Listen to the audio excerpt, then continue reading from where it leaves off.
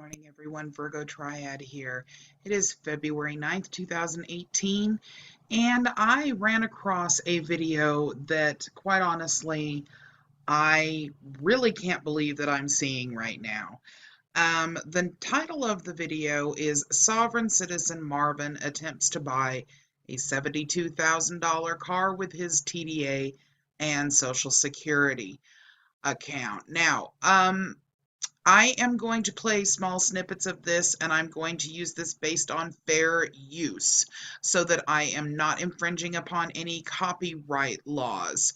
I have some statements I would like to make with regards to this, and I feel that it's important that people see this so that they know that this is absolutely something you do not need to be doing. Quite frankly, I don't care what Harvey Dent tried to do or didn't try to do. This is a bad idea regardless. So let's go ahead and move forward with this. I will be making some comments and stopping the video on and off because I need for people to pay attention to specific things. Now, this evidently was attempted as of November 11th of 2017, although this video was not actually updated for this until the 7th of February. I will be listing the actual link to the original video here in the description so you can watch it in its entirety if you choose to. We are dealing with someone that I just do not understand here as to why they would attempt to try to do this, but let's take a listen. What's going on, people? I'm doing this video because I seen Harvey Dent, basically did a video pertaining to what I'm about to show you guys. Okay, number one, the fact that Harvey Dent did this and did not succeed and had the cops come out and let him know that he was not going to be able to leave with what he considered to be his property should have absolutely been a big red flag for no one else to attempt to do this or think they were going to be able to successfully get away with it. However, as we're going to see, this gentleman actually did not do it the way that Harvey did. Harvey attempted to try to write out an IOU, or what he's calling a promissory note, in order to do this. This gentleman wrote a check. So let me go ahead and explain this best. I put the video together the best of my knowledge. Now, basically I went to BMW of Melbourne, and it was a clever move for what I did. So I don't know, Marvin, I don't know how clever that actually was, to be perfectly honest with you. Melbourne BMW probably is not real happy with you right now. at the time, before I even got into business with the guy, to where he was like, how can I, verify if you got funds or the money to go ahead and purchase this car? So at the time, I was able to put like 100,000 inside of Fidelity. Okay, so basically what you're telling us, Marvin, is that you defrauded yet again another creditor, being the bank. I done figured out how to put the money in Fidelity. And, trust me, I'm going to explain it all soon. So I was able to figure out how to put the money in the Fidelity. So I called and put it on speaker and verified how much money I have, in my account. The guy was like, I have 100,000. But he was like, oh, yeah, come on. Oh yeah, come on. Let's go ahead and take the information from Fidelity that is fraudulent, and let's go ahead and take a look at buying a vehicle with a fraudulent check. So I purchased this, I wrote a check and I gave up the accepted for value also with the red letters behind my social. I gave him two forms of payment, So what he's saying is that he did not only write him a fraudulent check, but he actually did an accepted for value in the manner that is being stated all over the internet with regards to these supposed promissory notes, which, by the way, do not work because they're not backed by any security. With that being the case, they're not actually a promissory note. Promissory notes have very specific regulations And you writing yourself an IOU or writing someone else an IOU is not part of that regulation that works for a dealership who deals with real life banks in reality. Gave it factualized trust, motor proprio, gave them the whole full works. So, went back, did the business. I got the bill of sale, which, the contract, I'm going to show at the end, where, accepted by seller. So, the check was cashed at Compass Bank, Alabama. That's how far I traced it, but, nobody wants to give me an answer. I need help. So, Harvey Dent, this is, way further than where you went, Harvey Dent, because Which, of course, was the point, Harvey, because we, I believe not too long ago in one of your videos, called out a bunch of people and said, well, you don't have the guts, or as you so eloquently put it, the balls to do it yourself. So Harvey did it for you. But this gentleman felt the need to take this much further than you did, Harvey. Aren't you proud of yourself? you didn't get the bill of sale like I did. I have a key, I have, everything to it. Like I Yeah, how about that? He has a key and he has the bill of sale. But now he's begging for Harvey's help. said, the bill of sale, and it's been signed by a seller. So, I compiled all the video and audio and everything and all the evidence I have together. I am going to need some support, and with your support, I'll go ahead and make more videos showing you guys the whole works and how. So Marvin Miller, what kind of support are we talking about? And honestly, did you really sign a law form here? Interesting. Yeah, tell us what kind of support you're talking about, Marvin. This all works. So, share my video and help me figure this out, because, the only thing left for me to do is, take it to court and whatnot. And I could be my own lawyer, but, I'm still going to need help and a team. Well, this is really interesting here. You can be your own lawyer, but you're going to need help from the team, because you don't understand why defrauding the dealership by writing them a bogus check from an account that you put bogus funds into didn't pay for your brand new 2018 BMW. Well, let me know how that goes for you, Marvin. So, yeah, on my next videos, I might show you how to, actually put money inside it. There's so much, for me to tell you guys, but watch this video, and Harvey Dent, help me, and please get in touch with me. I'm calling you out again. Yeah, Harvey, help him. And by all means, please get in touch with him. Because before he tells everybody else exactly what to do in order to make sure that they too can possibly be threatened with jail time for stealing a vehicle that they didn't pay for and had no intention of actually paying for, he needs to talk to you about it, Harvey. Just the color alone, just like I'm the geek product specialist with BMW Corporate, so I know this inside and out. This color is named after a surf location on the northwest point of Australia. It's called Snapper Rocks. That's where the surfers hang out in Australia. And isn't that beautiful? Yes, what a nice BMW that is. That would be the reason why it's a $72,000 vehicle. And that $72,000 needs to be real money, not monopoly money, not a monopoly promissory note. And there is nothing, and I repeat, absolutely nothing, that Harvey Dent's going to be able to do to help you whatsoever, Marvin.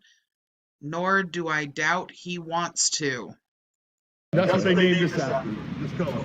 And it's only on the 4 Series with the cognac interior. Okay. Hopefully this will be my little baby right here. And yeah, just me and my dog. Right to the bone. This is a beautiful car. No lie. Sure. Yeah, I wouldn't even want to drive it until I'm driving off the lot, actually. Yeah, I know how it is. Yeah. So, I mean, you could have called me, let me know what was going on. Yes, you should have at least called and let you know what was going on. For God's sakes, it's not like you'd ever try to steal anything. Something. No, they told you when they was there that Richard. No, Richard told you Richard did not tell me, boss. I mean, I'm not trying to be rude, mean, nothing like that, but you got to give me some type of explanation. I gave you, so you gave us a bad So check. can I get an error code, a return code, error You code? talk to the bank that you gave us a check on. Look, can you please give me an error code? That's all I'm asking. I don't have it. I don't have it. So I mean, I got the insurance on the car, everything came back, and you know, that's why. So why would I? You gave us a fraudulent check. We could have turned it into the police. I mean, you can't. You gave us a fraudulent check. We could have turned you into the police. Now, we find out later in this video as it goes on, because as you can see, this is a 17-minute video, that they actually did contact the police department. They wanted to try to work it out, it sounds like, where he would just on his own accord return the vehicle. However, they did contact the police, and Marvin does not seem to understand. He doesn't seem to understand why it is that everybody is so upset. I mean, after all, he has insurance on the vehicle. Okay, we call for the police report, and then we can take it from there. Okay, so okay. All right. So what was did it say invalid account? Whatever it said. I'm sorry, but put on what you said, okay? And then what's your name, sir? I'm Dwayne. Dwayne. So, Mr. Dwayne, I mean, I'm not finished talking to you, sir. I am, because you gave us a bad check. We should have called the police. Sir, I mean, you could have. So, Okay, hang on. like I said. You gave us a bad check, and we could have called the police. I would encourage everyone to actually go and watch this video in its entirety when you have a chance to, because you'll be surprised with what the ending is. What I'm not understanding here, and the reason why I pulled this out and decided to talk to you guys about it, is because, you know, I have been accused of being hard-headed in the past. As a matter of fact, there are subscribers that even as soon as today have said, you know what, Virgo, you need to stop trying to convince people that are just not going to be convinced, because even when you can show them proof, even when you have letters from law enforcement, even at the upper realm of law enforcement, you can show them that people are getting in trouble. People are going to jail for 20 and 30 years. This is really happening. This is reality, folks.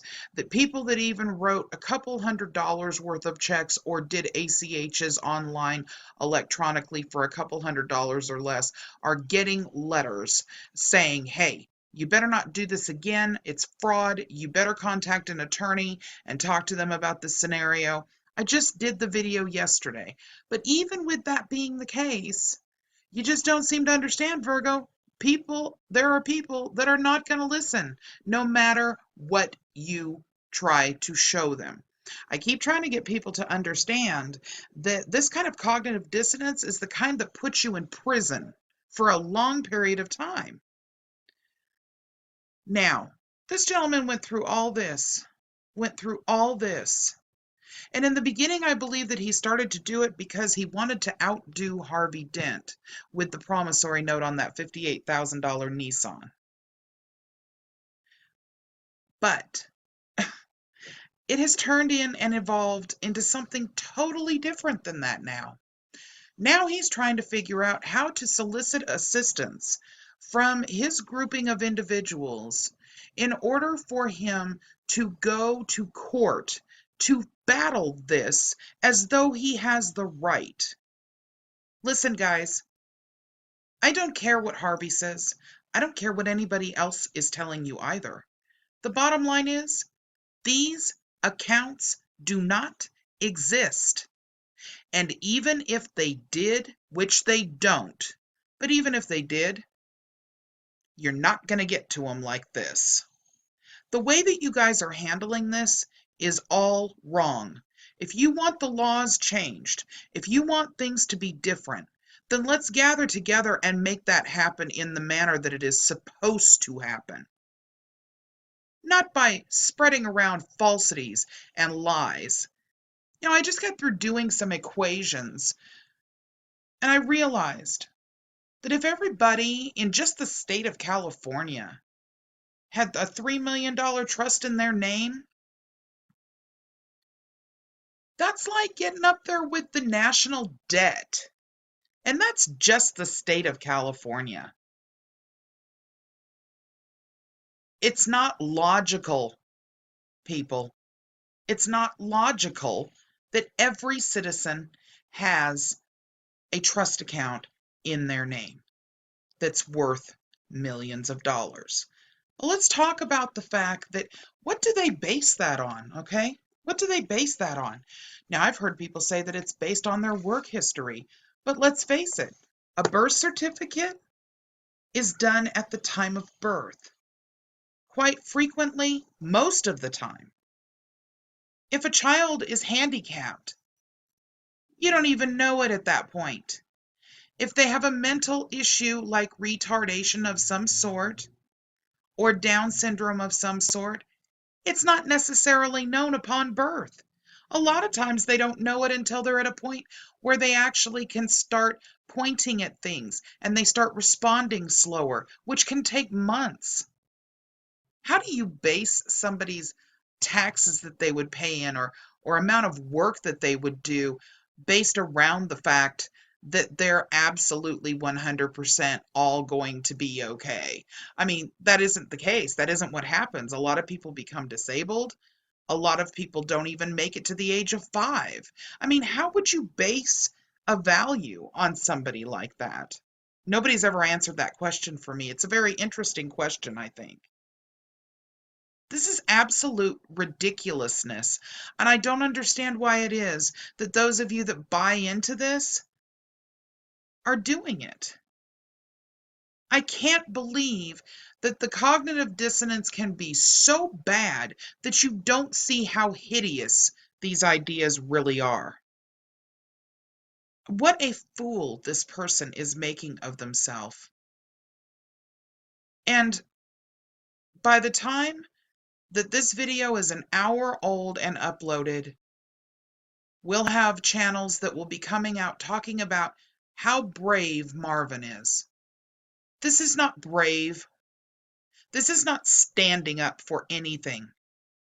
This is someone attempting to try to defraud. This is someone attempting to try to steal a vehicle from a 45-year-old dealership. This isn't stick it to the government. This isn't helping you in any way. This isn't something that is absolutely going to get anybody any kind of freedom whatsoever. It's not proving the existence of anything. It wouldn't be if he had succeeded. Even for the short amount of time it would have taken him to get down the street and get arrested. Honestly, all this is doing is promoting fraud, promoting theft. Because let's face it, the small businesses that are out there, which believe it or not, a lot of the dealerships are not owned by the companies that make the vehicles. They're owned by parties that start from a very small group and grow into a larger dealership. Now, you spend 45 years with you and your son or your relatives building a business, and just because you're doing well enough to support your immediate family, does that mean that somebody has the right to come in and steal $72,000 from you? Is that going to set well with you? Oh yeah, they're not sticking it to the actual BMW group. They're sticking it to the dealership by doing this, which is in essence a small business. It isn't a large business. It isn't a 500 fortune company or none of that. It's a small business. So If he gets to make up his own rules and everybody gets to make up their own rules, you know what we have? We have total anarchy, people. We have no regulations, no one to call when somebody robs you just because they decide they want what you have versus working for it the way that they should. There's no check and balance in what is happening here at all. Nothing's right about it. It proves nothing except for that someone's attempting to try and get away with fraud, didn't get away with it, and is still going to continue to try to get away with it by actually possibly taking this dealership to court, but only after some support is received from the family, because after all, it's going to take money, isn't it? It's time to think, people. It's time to think.